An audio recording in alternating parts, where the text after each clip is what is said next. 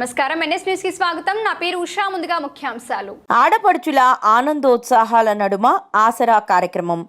అంకంపాలెంలో 4వ విడత ఆసరా కార్యక్రమంలో జనసందోహంలా మారిన సభాస్థలం. జగ్గిరెడ్డి గారికి నిండుగా ఆడపడుచుల దీవెనలు. కొత్తపేట నియోజకవర్గంలో 6,333 గ్రూపులలో 63,333 మందికి డ్వాక్రా మహిళలకు వైఎస్ఆర్ ఆసరా కార్యక్రమం ద్వారా డ్వాక్రా రుణమాఫీ రూపంలో 219.60 కోట్ల రూపాయల లబ్ధి. మన రాష్ట్ర ప్రభుత్వం 4వ విడతగా మరి పూర్తిగా రుణ వడ్డీ విముక్తులకి కారకులై నేడు ఈ సమావేశంలో జ్యోతి ప్రజ్వలన ద్వారా మరి ఆ విజయోత్సవాన్ని గౌరవ శాసనసభ్యులు, ప్రభుత్వ విప్ నిరంతరం పేద బడుగు బలహీన వర్గాల అభ్యున్నతికి కృషి చేస్తూ మహిళలన్నా, మహిళా సాధకారత అన్నా ఆయనకు అమితమైన ప్రేమ. వాళ్ళ ఆడపడుచులు నలుగురైతే వాళ్ళకు మించినటువంటి నియోజకవర్గ స్థాయిలో ఉండే మహిళలను ఆడపడుచులుగా చూస్తూ నేడు విచ్చేసిన మీ అందరికీ చక్కటి ఆతిథ్యాన్ని, లంచ్ ని ఏర్పాటు చేయడంతో పాటు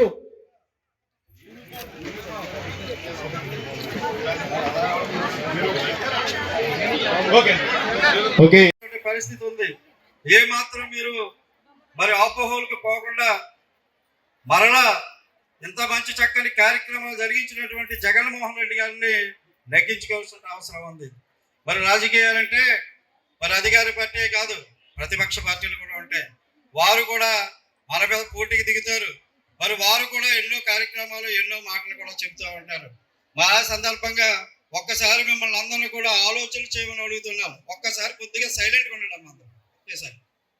ఎందుకంటే ఇది అంతా కూడా చాలా వ్యయ ప్రయాసాలు కూర్చి మన జగ్గిరెడ్డి గారు ఈ నియోజకవర్గంలో, ఈ రాష్ట్రంలో కూడా ఎక్కడ జరగని విధంగా మిమ్మల్ని అందరినీ కూడా ఒక చోటకి చేర్చి మిమ్మల్ని గౌరవించే కార్యక్రమం చేస్తూ ఉన్నారు.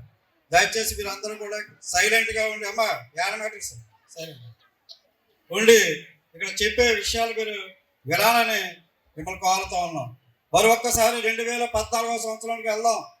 మరి చంద్రబాబు నాయుడు గారు మరి ఎన్నికల్లో హామీలో భాగంగా పాపం మీరు ఎవరు కూడా మీరు డ్వాక్రా రుణమాఫీ చేయలేదు, ఎక్కడ ఉద్యమం చేయలేదు, ఎవరిని అడగలేదు. అడిగారా లేదా?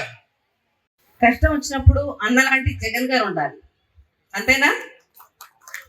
కాబట్టి ఆయన ఎంతో మీ అందరి మీద ఎంతో నమ్మకంతో మీ అకౌంట్లకు, ఎందుకంటే మనకి రాష్ట్ర విభజన జరిగిన తర్వాత చాలా అన్యాయంగా విభజించారు.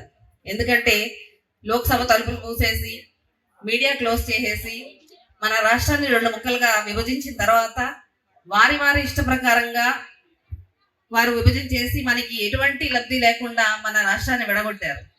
విడగొట్టిన తర్వాత కూడా ఎవరైనా లోక్సభలో ప్లే కార్డులు పట్టుకుని తిరిగారు అంటే అది మన జగన్మోహన్ రెడ్డి గారు మాత్రమే. ఎందుకంటే రాష్ట్ర విభజన సక్రమంగా జరగలేదు, న్యాయపరంగా జరగలేదని ఎన్నోసార్లు ఆయన వాయిస్ ఎత్తి లోక్సభలో మాట్లాడడం జరిగింది. అదేవిధంగా విభజన జరిగిన తర్వాత కూడా మొట్టమొదటిసారి టీడీపీ పాలనలోకి వచ్చినప్పుడు వారి ప్యాకేజీలు చూసుకున్నారు కానీ రాష్ట్ర అభివృద్ధి కానీ ప్రజల అభివృద్ధి గురించి కానీ వారు ఏనాడు పట్టించుకోలేదు. 5 సంవత్సరాల పాలనలో మీకు ఎంతవరకు లబ్ధి చెందిందనేది మీరు ఒకసారి ఆలోచించుకుంటే మీకు తెలుస్తుంది. రోడ్లు కానీ ఎటువంటి అభివృద్ధి కానీ చేయలేదు వారు. అలాంటిది ఈరోజు జగన్మోహన్ రెడ్డి గారు వచ్చిన తర్వాత ఏదైతే అక్క చెల్లెళ్ళకి ప్రామిస్ చేశారో అన్నమాట ప్రకారం మీరు అప్పులో ఊబిలో కూరుకోకూడదని చెప్పేసి ఆయన మీ తరఫున మీ అప్పులన్నీ తీర్చడానికి ముందుకు వచ్చారు. ఇదంతా కూడా మనం ఒకసారి గుర్తు పెట్టుకోవాలి. ఎందుకంటే రాజకీయం అనేది చంద్రబాబు నాయుడు గారు చేస్తున్నారు. ఎందుకంటే మీ ఆఖరి నిమిషంలో, ఎలక్షన్ వచ్చిన ఆఖరి నిమిషంలో ఆయన పసుపు కుంకాలని చెప్పేసి కొంతమందికి వేసి కొంతమందికి వేయకుండా అన్యాయంగా ఆయన ఓట్లు వేస్తారని మీ మనోభావాలతో ఆడుకున్న సంగతి మీ అందరికీ బాగా తెలుసు.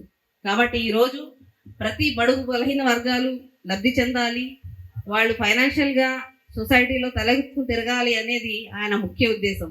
ఈరోజు మీ అందరి సంతోషంలో ఆయన కూడా ఆయన సంతోషాన్ని వెతుక్కుంటున్నారు అనేది మీరు మర్చిపోకూడదు.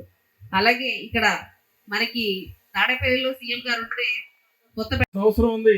ముఖ్యమంత్రి గారి దగ్గర చాలా చక్కటి స్థానం ఉండి మీ నియోజకవర్గంలో అద్భుతమైనటువంటి అభివృద్ధి పథకాలు, ప్యాకేజీలు తీసుకొచ్చి రకరకాలైనటువంటి అభివృద్ధి కార్యక్రమాలు చేస్తున్నటువంటి జగ్గిరెడ్డి గారిని మనం సపోర్ట్ చేసి ఇక్కడ గెలిపించుకుంటే అక్కడ ముఖ్యమంత్రిగా జగన్ అవుతారు. ఈ రాష్ట్రానికి చక్కటి పాలన అవుతుంది. పేదలుగా ఉన్నటువంటి మనందరికీ కూడా సుపరిపాలన మరొకసారి అందేటటువంటి పరిస్థితి ఉందని చెప్పి పేదలను గెలిపించండి అని చెప్పి మరొకసారి మిమ్మల్ని అందరినీ కూడా కోరుతూ, మీరందరూ కూడా వచ్చేటటువంటి ఎన్నికల్లో ఫ్యాన్ గుర్తు మీద ఓటేసి అభ్యర్థులను అత్యధిక మెజార్టీతో గెలిపించాలని కోరుతూ మీ అందరి దగ్గర సెలవు తీసుకుంటా ఉన్నాను. జై జగన్, జై జై జగన్.